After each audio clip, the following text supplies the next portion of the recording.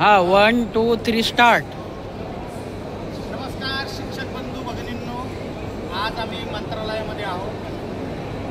वेतन अनुदानाचा जो काही 25 ऑगस्टला GR निघाला होता, पण 3 महिने उलटून सुद्धा त्या GRला निधी नव्हता।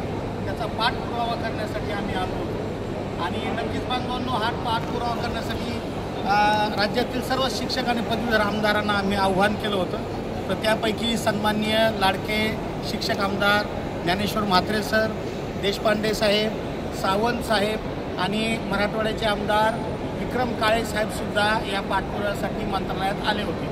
तर बांधवांनो, सुरुवातीला म्हात्रे सरांना आम्ही ज्यावेळेस पाठपुराव्याला सुरुवात केली तर त्यावेळेस जे काही उपसचिव साहेब आहे शिक्षण विभागाचे, त्यांच्याकडे ज्यावेळेस आम्ही पाठपुरावा केला तर ते म्हणाले की निधीची फाईल मी पाठवलेली आहे, निधी हा पुणे स्तरापर्यंत गेलेला आहे। तर साहजिकच सर्वांना आनंदाचं वातावरण वाटलं।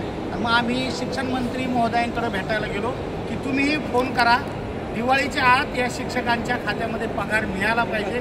त्यांना आणखीन पगार झालाच नाही याचं आश्चर्य वाटतंय बांधवांनो। त्यानंतर बांधवांनो ते म्हणाले की नक्की मी फोन करतो आणि सांगतो। त्यानंतर परत आम्ही मंत्रालयामध्ये आलो आणि मंत्रालयात आल्यानंतर जे काही अर्थ विभागाचे अधिकारी आहेत त्यांच्याकडे आम्ही गेलो।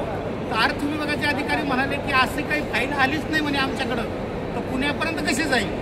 तर मग त्यावेळेस मात्र आपले लाडके आमदार जे काही ज्ञानेश्वर म्हात्रे सर आहे यांना राग आला। त्यावेळेस नेमके देशपांडे साहेब आले होते, समीर सावंत साहेब आले होते आणि मग यांना घेऊन बांधवांनो आम्ही परत या ठिकाणी उपसचिव शालेय शिक्षण विभागाकडे गेलो आणि त्यावेळेस त्यांना प्रश्न विचारला की सर, तुम्ही सकाळी म्हणाले की निधीची फाईल ही मी पुढे पाठवलेली आहे, माझ्याकडे काहीच राहिलं नाही, तुम्ही असे खोटं का बोलले? कारण मराठवाड्यातून राज्यातून वेगवेगळ्या विभागातून मंत्रालयात शिक्षक पाठपुराव्यासाठी येतात। मग जर तुम्ही शिक्षक आमदाराला जर असं चुकीचं बोलत असेल तर सामान्य शिक्षकाचं काय? त्यावेळेस आदरणीय म्हात्रे सर खूप आक्रमक झाले आणि सचिव साहेब आणि त्यांच्यामध्ये थोडीशी बाचाबाची झाली, आक्रमक दोघंही एकमेकांना बोलले। आणि नंतर बांधवांनो म्हात्रे सर हे सन्माननीय उपमुख्यमंत्री एकनाथजी शिंदे साहेब आणि सन्माननीय मुख्यमंत्री देवेंद्र फडणवीस साहेबांकडे गेले आणि त्यांनी सांगितलं सद्यस्थिती की जर का उपसचिव साहेब जर का आमदारांना खोटं बोलत असेल, रावीची भाषा करत असेल तर हे सामान्य शिक्षक आणि सामान्य जनतेचं काय? त्यावेळेस एकनाथ शिंदे साहेबांनी त्यांना फोन केला आणि त्यांना बांधवांनो त्यांच्या शिवसेनेच्या स्टाईलमध्ये त्यांनी त्यांना चापलं आणि तिथूनच आपल्या फाईलला बांधवांनो वेग मिळाला आणि आता आपली फाईल बांधवांनो ही अर्थ विभागाकडून पास होऊन ही नक्कीच बांधवांनो आता पुणे स्तरापर्यंत गेलेली आहे। 2 दिवसामध्ये बांधवांनो ही आता जिल्हा स्तरापर्यंत येईल आणि 10 तारखेच्या आत एकनाथ शिंदे साहेबांनी हा निधी शिक्षकांच्या खात्यात टाका आणि जर नाही टाकला तर मला पुन्हा सांगा, असं या ठिकाणी त्यांनी वचन दिलंय। त्यामुळं आता आपण जो काही पाठपुरावा केला होता, तुम्ही जे काही आम्हाला साथ दिली होती त्या साथीला कुठेतरी बांधवांनो एक चांगलं वळण मिळालेलं आहे।